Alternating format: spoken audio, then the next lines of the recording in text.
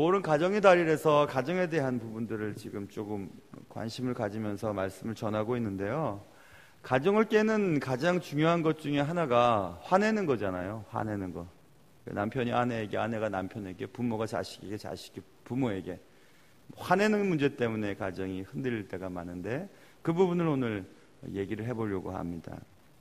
문제는 교회에서 분노에 대한 견해를 일괄적으로 설명하지 않는다는 데 문제가 있어요.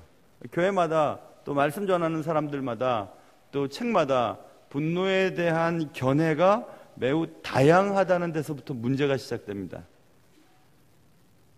그래서 분노에 대한 올바른 기독교인의 관점을 확립하고 정립해 나가면서 세상 속에서 어떻게 분노를 조절하고 또 살아갈 수 있느냐, 그것이 매우 혼란스럽게 되었습니다.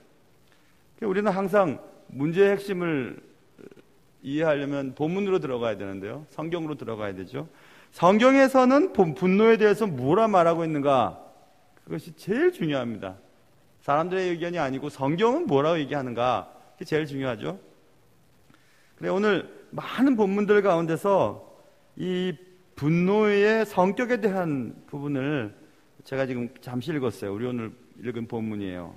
분노라고 하는 것은, 화는 잔인한 것이다, 이렇게 성격을 얘기하고 있죠. 잔인하다라고 하는 단어가 cruelty라고 하는 잔악하고 무자비하다는 뜻을 가지고 있어요. 그러니까 분노 자체가 잔인해요. 용서가 하는 게 없어요. 무자비해요. 잔악해요. 그리고 그런 성격들은 분노의 파괴적인 성격을 표현하고 싶어서 이 단어를 쓴 것입니다. 파괴성, 분노의 파괴성.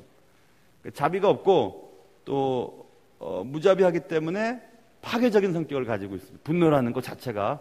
그리고 또 분노는 창수와 같다. 창수는 홍수를 말하는 거거든요. 다운포라고 하는, 억수같이 막 비가 내려서 막 제방이 터지고 그리고 막 휩쓸려가는, 그래서 어떤 그 영어 성경에는 압도하다는 단어를 쓰거든요. 그러니까 그런 성격을 지금 얘기하고 싶은 거예요. 분노는 무자비하고 또 잔악하고 그리고 압도한다. 무엇인가를 막 삼켜버리는 그런 홍수의 특성들을 통해서 분노에 대해서 하나님은 우리에게 말씀하고 싶어 하시는 것이 있으세요. 다시 한번요. 분노 자체는 잔인해요. 파괴적이에요. 무자비해요. 그리고 잔악해요. 그리고 압도하고 삼켜버리고 그런 성격을 가지고 있습니다. 그래서 우리가 분노는 파괴적인 행동을 가져오고 관계를 깨뜨려버리고 상황을 압도해버리는 그런 결과를 가진다는 것을 먼저 이해하고 넘어가야 합니다. 그래서 많은 사람들은 모든 분노를 단순하게 그건 죄야, 죄 짓는 거야 라고 정의해버리죠. 그래서 대부분 교회를 다니는 우리 크리스찬들은 분노를 숨겨버립니다. 분노를 표출하는 것이 죄 짓는 것처럼 느껴지기 때문에. 그래서 그리스도인들은 죄를 짓지 않아야 되니까 분노하는 것도 그냥 삼켜버려요. 물론 뭐 성질대로 다 성질 부리는 사람들도 있지만은 그리스도인들이라면 적어도 분노를 절제하려고 하죠. 그래서 분노를 안으로 이렇게 숨겨버립니다. 내가 지금 화가 났지만 화를 표현하질 않아요. 그래서 교회는 분노를 그냥 죄라고 정죄해버리고 분노를 다루는 방법들에 대해서 가르치질 않았습니다. 그래서 감춰진 분노는 육체를 병들게 하고 우울증에 빠지게 만들고 또 연기를 하게 하죠. 난 지금 화가 났는데도 화나지 않은 것처럼 성도들에게 얘기를 하고 뭐 이렇게 합니다. 그래서 그런 감춰진 분노는 성격적인 장애를 가져오게 하고, 분노했는데 저 사람이 보기 싫은데 보기 싫은 것을 말하고 풀지 않았기 때문에 그 사람과의 관계가 서서히 깨어져 버려요. 이상하게 저 사람과 같이 있고 싶지 않은 거죠. 불편하니까. 그래서 점점 친밀감이 깨져버리는, 교회도 막 갈라져 버리고, 그런 감정의 문제들을 야기시키는 것이 분노를 잘 조절하지 못하는 경우들이죠. 예전에 우리 어르신들, 특별히 여자 어르신들은 막 시댁 식구들, 시어머님들, 또 뭐 남편, 정이 없는 남편, 또 경제적인 것들도 감당해야 되는 여러 가지 일들 때문에 속에 병이 들어버려요. 분노를 표출하지 못하니까. 그래서 예전 사람들 화병이 많이 걸리잖아요. 예전 분들 뭔가 하여튼 속에 병이 있는데 다 보면 화병이에요. 화를 풀지를 않았기 때문에 화병에 걸려버리죠. 이처럼 우리가 분노를 효과적으로 다루는 일에 실패할 때 우리는 감정적으로 그리고 혹은 관계적으로 심지어는 육체적으로 고통을 경험하게 되는 결과를 초래하게 된다는 것입니다. 그러므로 분노는 그냥 무시해버릴 수 있는 성질의 것이 아니에요. 죄 짓는 것이니까 그냥 숨겨버려야지.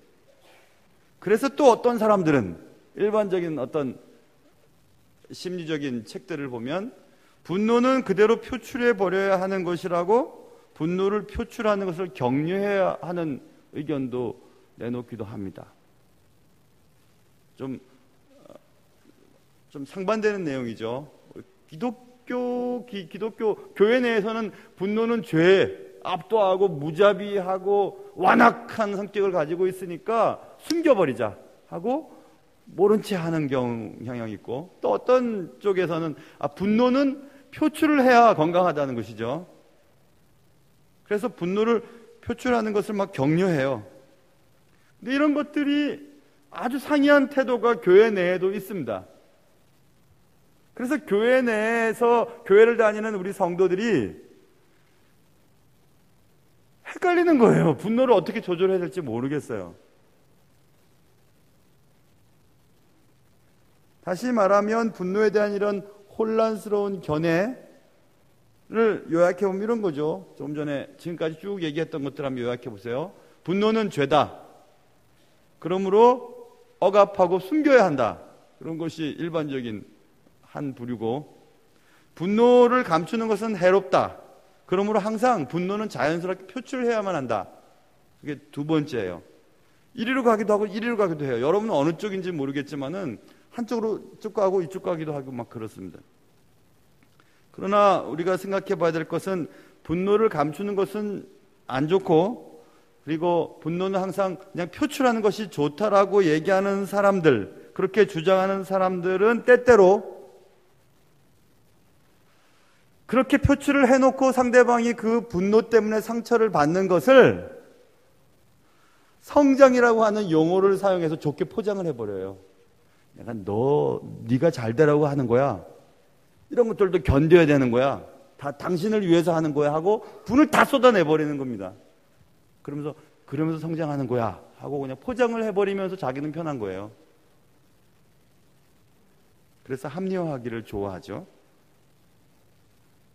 자, 이렇게 분노에 대한 두 극단의 문제는 두 개 다 정신건강에 매우 해롭습니다. 숨기는 것도 좋지 않고 다 표현하는 것도 좋지 않아요. 그렇기 때문에 성경에서는 뭐라고 말하는가를 우리가 살펴봐야 합니다. 사람들의 얘기 말고 성경에서는 분노를 몇 가지 단계를 통해서 해결을 할 것을 요청하고 있습니다. 자, 한번 가만히 생각해 보세요. 분노, 내가 지금 화가 나 있다는 사실을 성숙한 그리스도인이라고 생각하는 사람들은 대부분 분노를 그냥 인식하지 않으려고 합니다. 나 화 안 났어. 이렇게 넘어가요. 나 화 안 났어. 그리고 속에서는 화가 나 있어요. 그래서 우리가 먼저 분노에 대해서 좋은 해결책을 얻기 위해서는 내 안에 분노가 있다는 사실을 인식을 하는 것이 먼저 필요해요. 나 지금 화가 나 있다는 사실. 그리고 그 인식에 대해서 정직해야만 한다는 것이죠. 이 말은 지금 우리가 무엇을 어떻게 느끼고 있는가에 대한 말이에요. 성경은 분노를 억압하고 있다는 것이 매우 위험하다는 것을 성경에서 여러 번 가르치셨거든요. 분노를 억압하고 있으면 그 분노가 쓴뿌리가 되어서 우리를 개인적으로 혹은 관계적으로 문제를 일으키기 때문에 그렇습니다. 히브리서 12장에 보면 너희는 하나님의 은혜에 이르지 못하는 자가 없도록 하고 또 쓴 뿌리가 나서 괴롭게 하여 많은 사람이 이로 말미암아 더럽게 되지 않게 하며, 우리가 죄를 인식하지 않아요. 죄가 화가 났는데 화를 인식하지 않아요. 그래서 꿍 하고 참고 있으면 내 마음속에 아주 쓴 뿌리가 자라나서 그것이 결국 여러 사람들을 더럽게 만드는 일에 사용된다는 것입니다. 뭐 여러 가지 방식들이 이렇게 폭발을 하거나, 아니면 그 사람이 없는 데서 그 사람에 대한 얘기를 막 쏟아내는 겁니다. 화를 풀어야 되니까. 아니면 그리스도인들도 막 술을 막 퍼마시는 사람들이 있나요? 막 술을 막 퍼마시거나, 아니면 가지 말아야 할 장소를 막 가거나, 보지 말아야 될 것들을 막 보거나, 하지 말아야 할 행동들을 막 하거나, 교회 내에서 행동과 다른 거죠. 폭력적이 되거나, 집에서는 막 발길질을 하고 막 뭘 때려 부시기도 하고, 애들을 막 패기도 하고, 막 그런 폭력적인 일들이 벌어지게 되는 거죠. 그래서 많은 사람들을 시험에 걸려 넘어지게 하는 것입니다.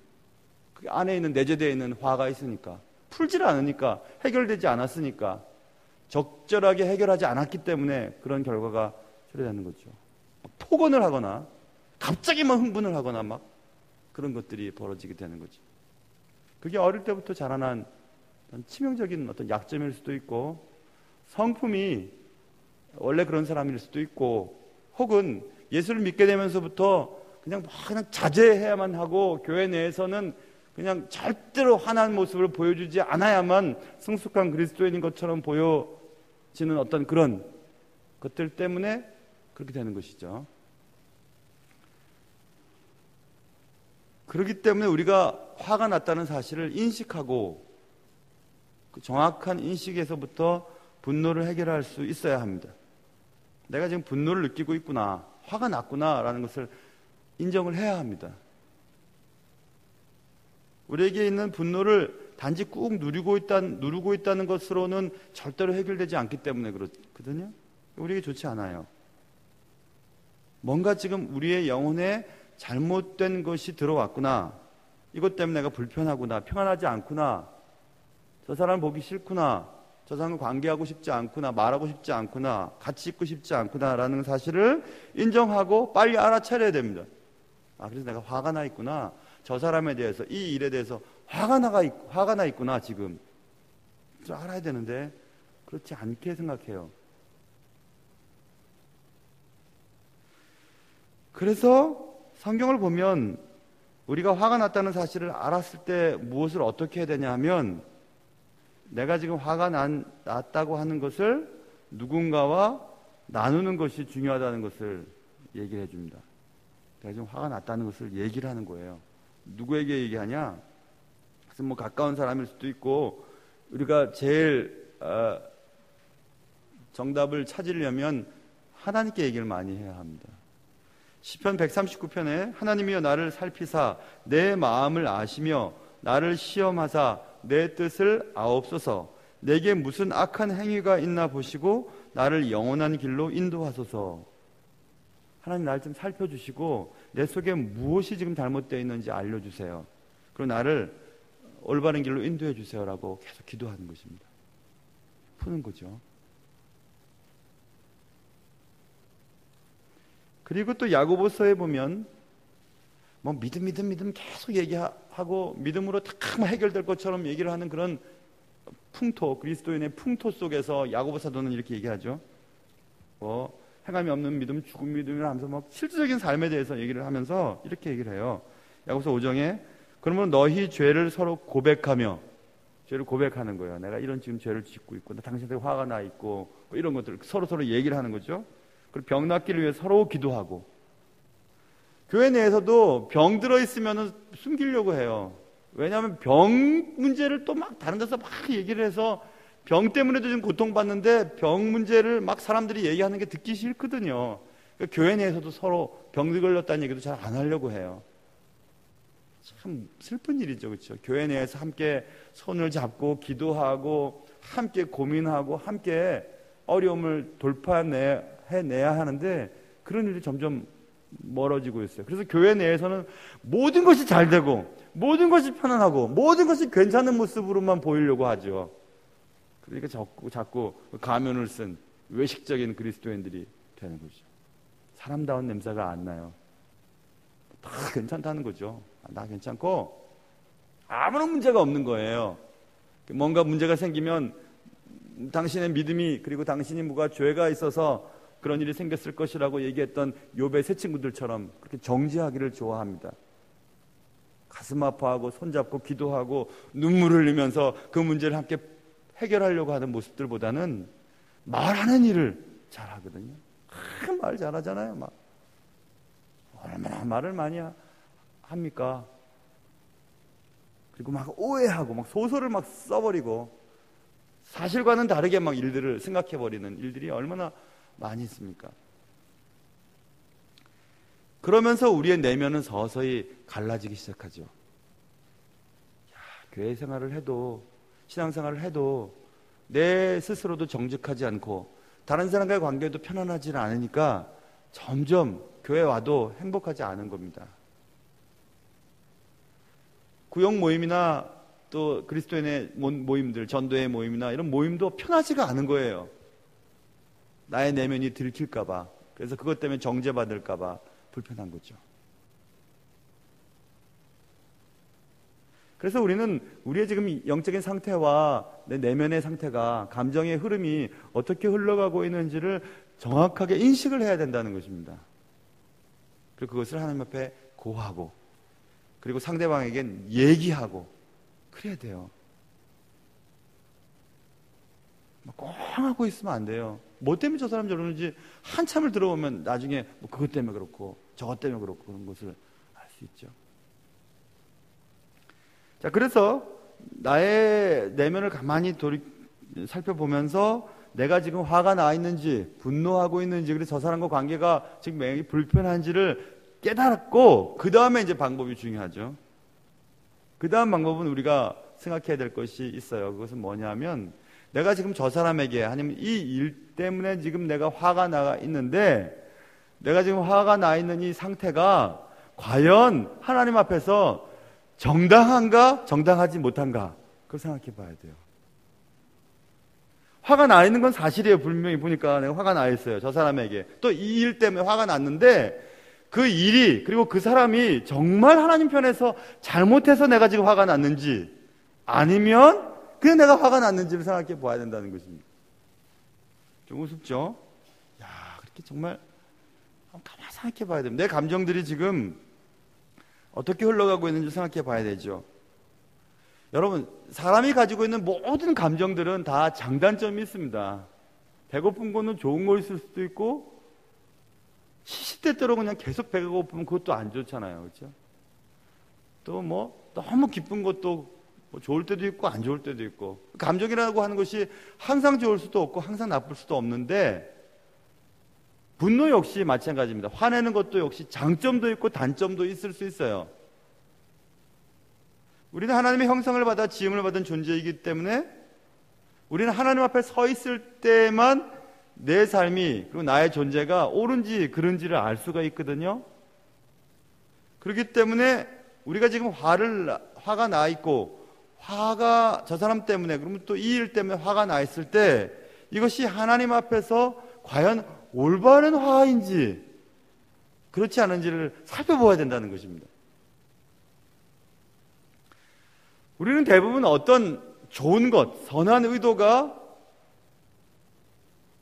왜곡될 때 그것 때문에 화가 나거든요. 난 이거 정말 선한 뜻으로 했는데 저 사람이 저렇게 해야지? 그럼 화가 나잖아요. 난 이런 뜻이 아니면 저 사람이 이렇게 왜곡시켜버렸어요. 화가 나잖아요. 그건 맞잖아요. 그렇죠? 화가 나요. 그건 분명히. 저 사람은 날 이렇게 모르나? 내가 그러려고 그렇게 했겠냐? 그때 화가 나잖아요. 그죠? 사람을 오래 경험해보지 않으면 서로 아무것도 아닌 일 때문에 화를 내고 그러죠. 왜냐하면 오해하기 때문에 그렇잖아요. 근데 사람이 좀 오래 경험을 하다 보면, 아, 저 사람이 저랬을 때는 저런 이유가 있을 거야 하고 넘어갈 수 있어요. 그 사람에 대해서 아니까. 근데 분명히 분명한 진리 있잖아요. 진리. 분명하게 이건 옳은 일인데 옳은 일을 하지 않는 것에 대해서 화가 나는 것은 당연해요. 줄을 서서 지금 기다리고 있는데 한 사람이 탁 들어간다. 화나잖아요. 그건. 왜냐하면 진리인데 그 진리를 왜곡시키는 일이니까 화나죠. 나는 어떤 선한 가치를 위해서 노력하고 있어요. 희생하고 있어요. 근데 그것을 나쁘게 얘기를 해버려요. 화나잖아요. 그죠? 선한 의도를 가지고 지금 행동하고 있는데 상대방은 그것을 뭔가 또 있을 거 아니야 하면서 생각하면서 자꾸 사람을 잘못된 눈으로 바라본단 말입니다. 화나죠. 선한 가치를 지키기 위해서 난 그것이 옳아. 당신이 지금 왜곡하고 있는 거야 라고 생각할 때 내 속에서 일어나는 분노는 그건 정당한 분노예요. 왜냐하면 선한 가치를 지키기 위해서 내 속에서 분노가 일어나는 것이니까 그건 선한 분노라고 말할 수 있어요. 그런 분노는 나쁜 분노가 아니에요. 그렇죠. 누가 거짓을 행하고 있는데 그 거짓 때문에 막 내 속에 분노가 일어나지 않아서 막 독재 탄압 속에서도 그냥 백성들이 아무런 문제 없이 살아간다. 전 80년대 초에 대학 생활을 했는데 80년대 초에 얼마나 데모를 많이 했습니까? 데모한 학생들을 보고 니도 공부는 하라고 하면 그게 말이 되나요? 그때는 그럴 수밖에 없었어요. 그때 만약에 젊은 사람들이 아무것도 하지 않았다면 그게 더 문제죠. 그럴 때 막 젊은이들이 막 데모를 하고 나라를 바로잡기 위해서 애를 썼다는 것은 가치 있는 분노라고 말할 수 있죠. 그걸 누가 잘못했다고 얘기할 수 있나요? 로마서 12장에 보면 사랑에는 거짓이 없나니 악을 미워하고 선에 속하라. 악을 미워하는 것은 중요한 일입니다. 악을 미워해요. 악한 일이 벌어졌기 때문에 그것 때문에 내가 분노가 일어나요. 그것은 옳은 일이에요. 바른 거죠. 근데 그것까지도 참아야 된다고요? 예수 믿기 때문에? 그건 아니죠. 그래서 병이 나면 그게 옳은 것은 아니죠. 그런데 그건 선한 분노라고 말할 수 있어요. 그런 분노가 나야 돼요. 그건 맞죠, 그렇죠? 올바르지 않은 일을 하는 사람을 향해 당신 올바르지 않아요 라고 얘기하는 말을 하기 위해서 내 속에 분노가 일어난다는 것은 올바른 거죠. 선한 분노라고 말할 수 있어요. 그런데 또 한 가지,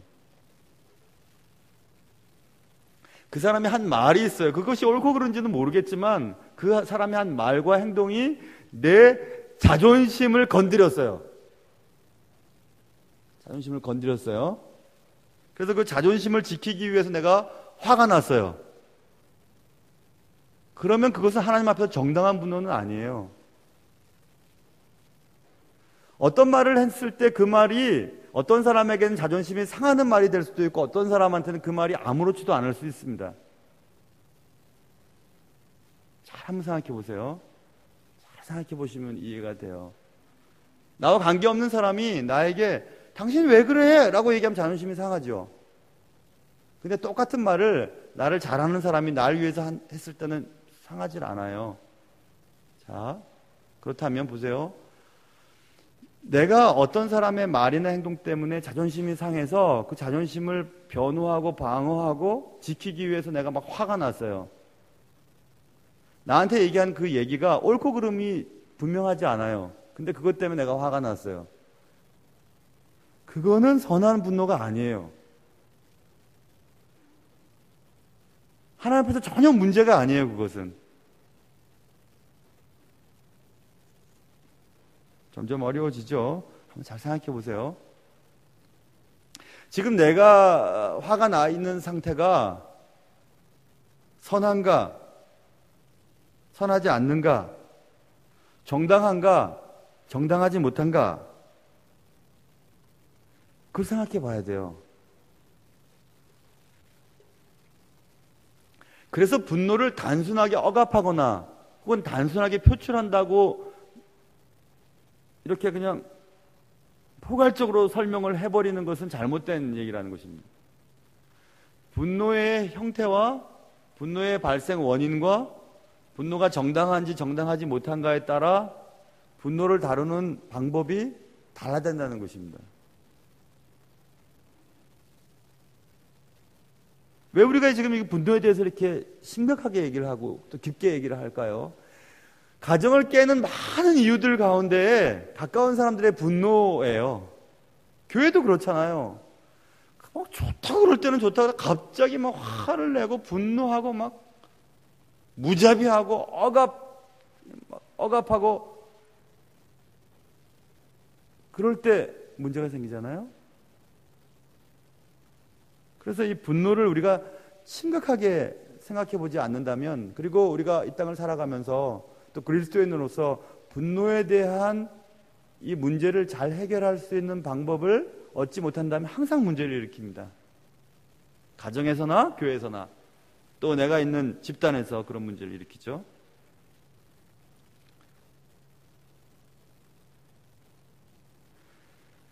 그런데 우리는 좋은 희망적인 얘기를 할 수 있을 것 같아요. 여기서 그것은 분노가 일어났을 때, 화가 일어났을 때 우리가 그것을 정확하게 인식을 하고 내 자신을 보는 겁니다. 그게 선한 분노든지 선하지 않은 분노든지 그 분노를 보면서 나를 한번 보는 거예요.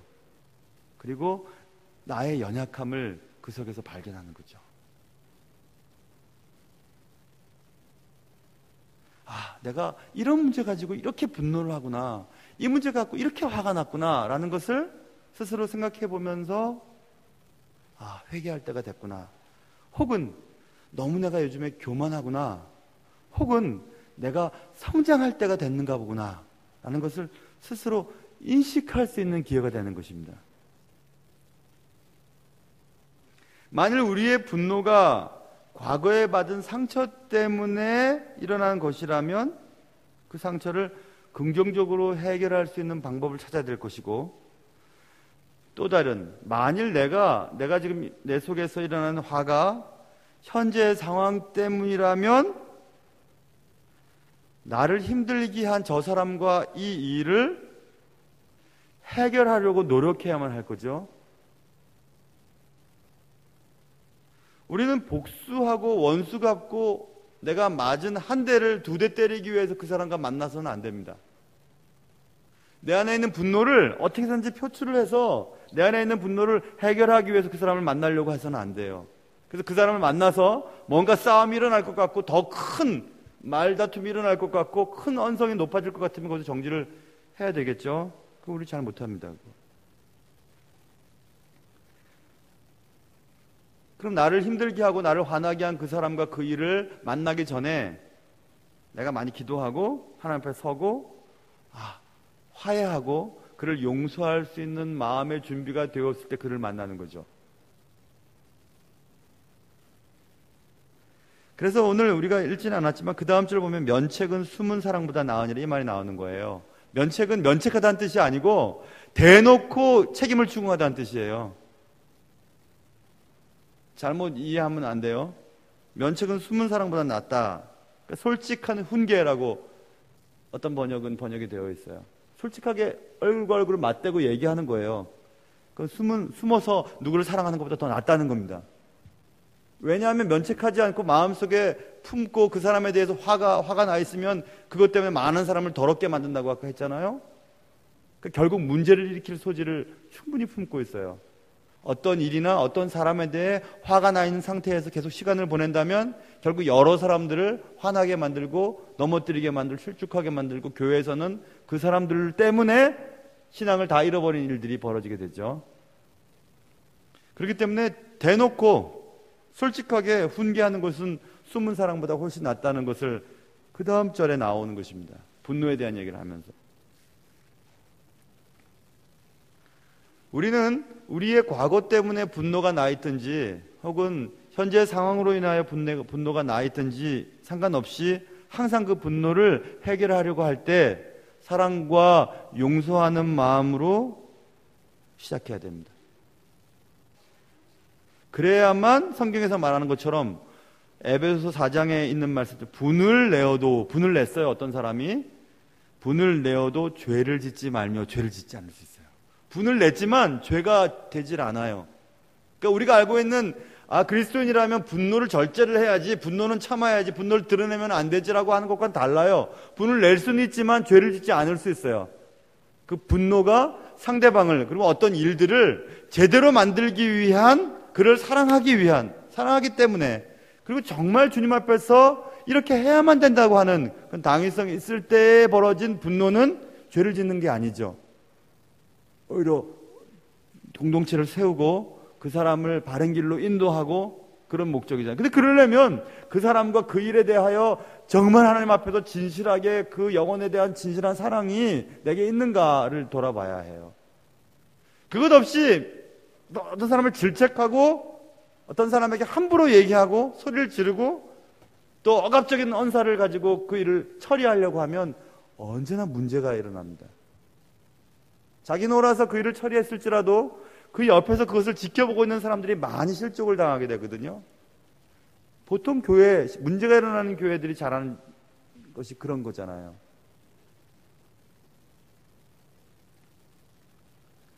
그래서 분을 내어도 죄를 짓지 말며, 그 다음 에베소서에는 해가 지도록 분을 품지 말고 이런 말이 나옵니다. 분을 계속 품고 있는 겁니다.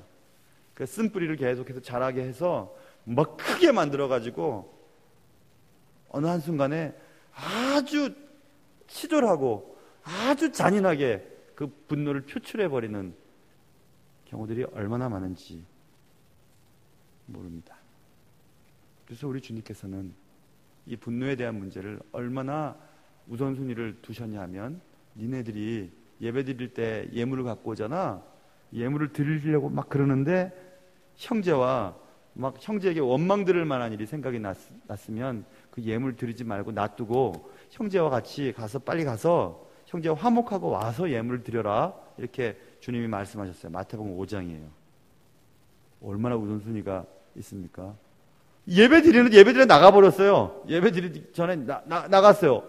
예배가 얼마나 중요한데, 하나님 앞에 서 있는 게 얼마나 중요한데, 근데 나가버렸어요. 왜 나갔냐 봤더니 지금 내가 한 행동과 나의 어떤 말과 내가 약속 지키지 않은 것과 나의 어떤 행동 때문에 누군가 지금 실족해 있단 말입니다.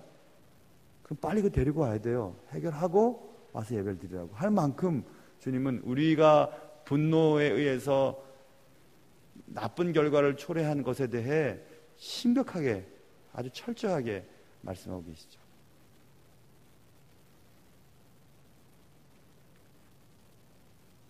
바울은 또 어떻게 얘기했는지 보세요. 바울은 로마서에서 할 수만 있으면 할 수 있거든.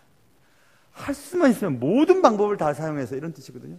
모든 방법을 다 사용해서 너희는 모든 사람과 더불어 화목하라, 이렇게 써 있어요. 로마서 12장 18절에.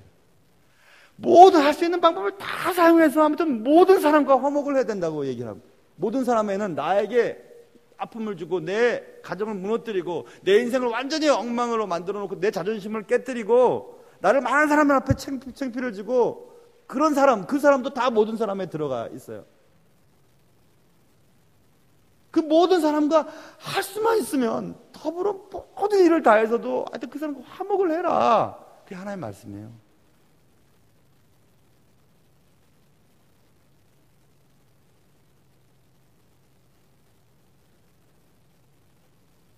그때 비로소 우리는 하나님께서 말씀하신 화평케 하는 자라는 말을 들을 수 있게 되는 겁니다. 피스메이커죠.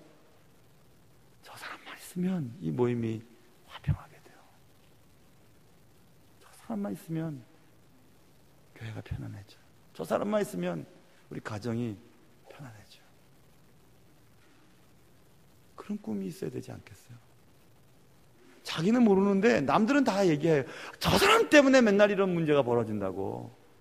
저 사람만 오면 시끄러워진다고. 저 사람이 말만 한마디 하면 이 문제가 이렇게 살아서는 안 되지 않겠습니까? 그렇죠? 문제를 일으키는 사람이 아니라 문제를 해결해주고 덮어주고 용서하는 사람이 되어야 되지 않겠습니까? 그러면 이제 어떻게 해야 될 것인가? 성경이 말씀하고 있는 분노를 다루는 방법, 그 방법은 두 가지예요. 제가 성경 전체에서 화와 분노에 대한 것들을 안식년 보내면서 몇 가지 주제를 많이 묵상을 하면서 지내고 있는데요. 물론 성경 마태복음부터 전체, 창세기부터 전체에 대해서 쭉 지금 공부를 하고 있어요. 학교에서 뭐 요한복음이나 혹은 또 요한서신 또 뭐 선지서들 같은 거 특강이 있으면 뭐 가서 막 들어요. 성경 전체를 한번 다시 한번 쭉 보고 있는 중인데, 이 화학 문제, 분노에 대한 문제를 우리가 쭉 한번 조금 깊게 들어가 보았는데 다 잊어버려도 상관없어요. 딱 두 가지만 생각하면 되겠더라고요. 그냥 제 생각이 아니라 성경을 근거로 해서 생각해 보았는데, 그것은 오늘 설교의 제목을 달아놓은 두 가지예요. 용서하는 겁니다. 누구에게요? 내게 상처를 입히고 나를 화나게 한 사람을 용서하는 거예요. 자, 그러면 우리는 그래야 되겠지라고 생각을 여러분 다 하시겠지만, 저는 그 다음이 더 중요해요. 그 다음이 저에게 더 해당되는 것 같아요. 그건 뭐냐면, 누군가를 화나게 만들었어요. 내가 누군가에게 상처를 주었어요.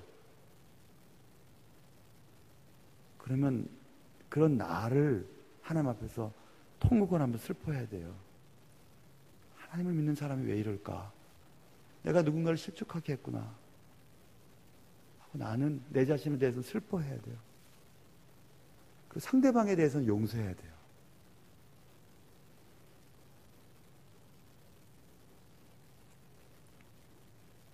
용서하고 슬퍼한다는 말은 이런 얘기예요. 상대방에 대해서는 한없이 관대하고 그 용서할 수 있으니까. 나에 대해서는 한없이 철저해야 돼요. 그래야 작은 일에 대해서도 슬퍼할 수 있고 통곡할 수 있거든요. 그게 자꾸 바뀌어요. 자꾸 바뀌어요. 그럴 수도 있지 뭐 하고 자기 넘어가 버려요. 그 상대방이 그러면 뭐 왜 그러냐고 막 그렇게 얘기하죠. 자꾸 바뀌어요. 그게.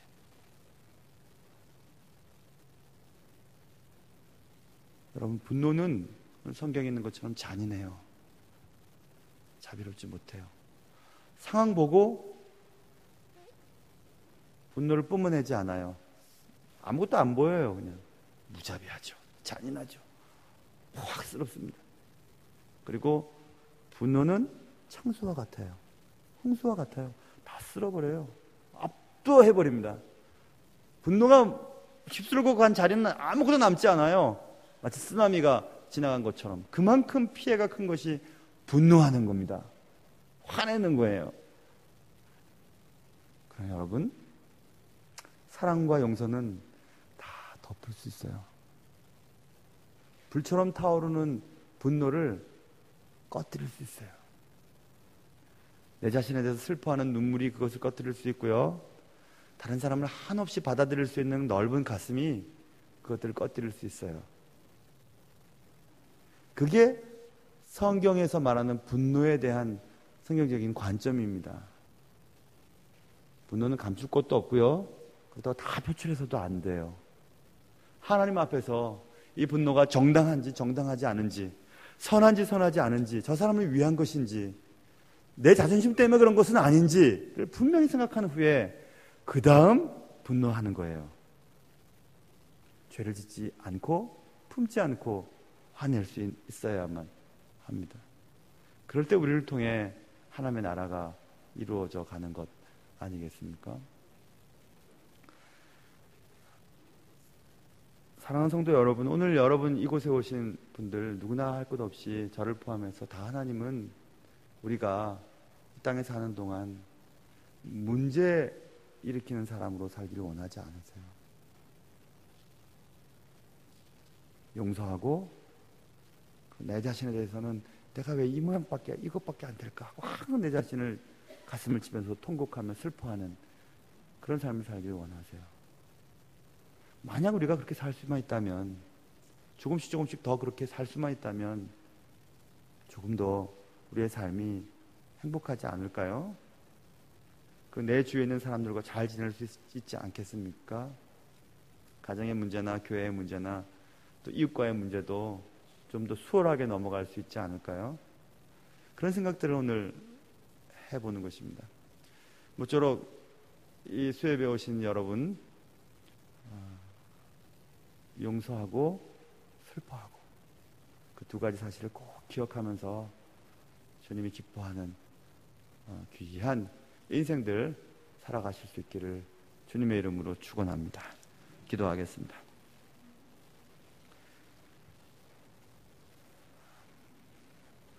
하나님 아버지, 오늘도 분노에 대한 문제를 좀 생각해 봤습니다. 가정의 달, 분노 때문에 얼마나 많은 가정들과 또 큰 가정인 교회가 깨어지고 또 소동으로 힘들어하고 또 많은 사람들이 상처를 받고 주고 하는 일들이 있습니까?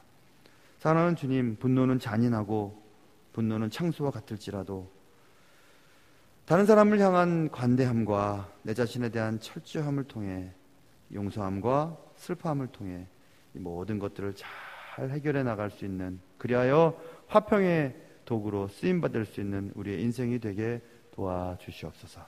귀하신 예수님의 이름으로 감사하며 기도하옵나이다.